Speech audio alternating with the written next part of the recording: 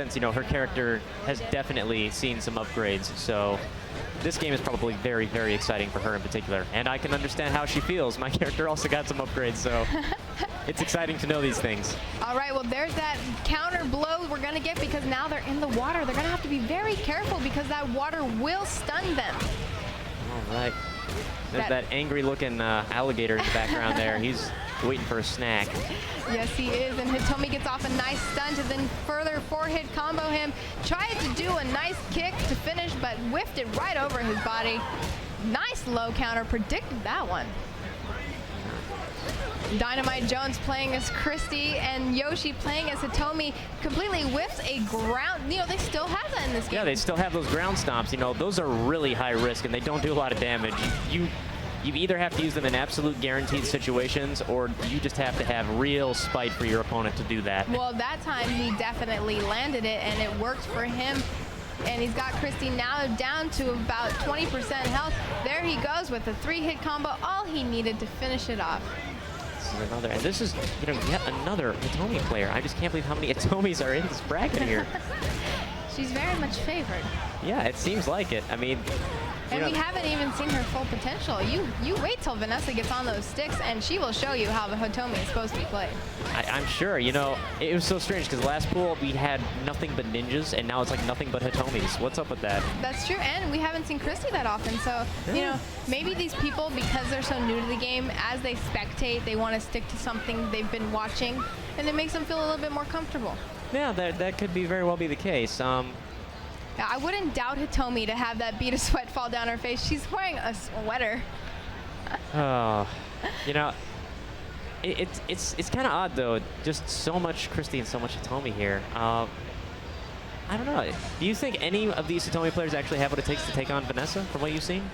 Unfortunately, you know, it's anybody's game, and because it's single elimination, and you know that's very scary because that doesn't give you much breathing room. You know, if you lose, that's it. That's your tournament. Yeah, pretty much. I mean, even the best player in the world can flop once. I mean, I've had it happen to me. You know, I go first round against somebody who's an absolute nobody at the time, and they random me out, and it's like, oops, sorry, that's it. That's true. It like happens. Manny is updating Vanessa on her bracket. You know, speaking of those two, we actually have two of the top DOA pros. They're actually dating. That is true. That is true, yeah. I think they've been dating for probably like the last 2 years now. Yeah, I mean, I first heard about this during, what was it, the second season of CGS or so? Oh, wow. Well, that's actually a long time that's ago. Longer it was than about that, 4 to 5 years ago. Yeah, pretty much. I wonder how much effect that has between the two of them when it comes to being competitive. You know, is he going to help her improve? Because if she improves, she very much can take him out of all the tournaments. That's true. That is true. And here is Tina, one of your favorites. All right, let's see some Tina action. And Hitomi with a nice counter there. Looks like he switched it up. Instead of using Christy, he has now switched it over to Tina, which is almost polar opposites between the fighting styles. Yeah, I mean, Tina's going to be much, much slower, more focused around, you know, grapples and such. But, well, you know, he seems to be doing all right so far. Yeah, he is. Oh, he needed to change it up so that he could win this, and it definitely worked for him, taking that first round 1-0. Once again, with these cool stages and the dramatic lighting, I love seeing that. Yeah, this really is a fun stage to watch. I haven't seen anybody get tossed into the clown cannon yet from a power blow, but I am looking forward to seeing that. Yes, that very much can happen. And unfortunately, not in this build, but normally there's tigers that come through fire rings and run you over. A lot like the cheetah from DOA 4. Yeah, but to anyone who's scared to death of that, you know, don't worry. They actually do seem to run along a little line, so they're not just going to randomly pop out and mess you up like the cheetah would. So yeah. Don't worry about that too much, guys. Well, Hitomi responds, getting down to just the last hits there. It's 1-1 between the two of these, and it's going back and forth.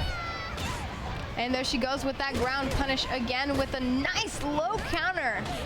You know, that's kind of an advanced thing to predict there. This Hitomi seems to know what she's doing. Yeah, I mean, all these Hitomis haven't really been that bad.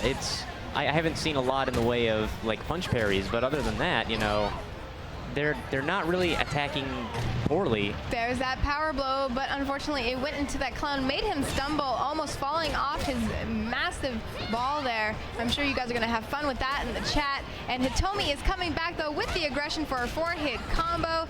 Ooh, but Tina, you know, she's responding right back. It's really going back and forth between these two. Yeah, it really is. You know, I'm a little sad I haven't really seen any air throws coming out of Tina yet, but you know, she's not doing too bad here. She might just get closed out if she can't finish this up, but there's that's that it. power blow again, this time into a jack in the box. Yeah, she didn't actually full charge the power blow either, so there's kind of that twitch factor involved.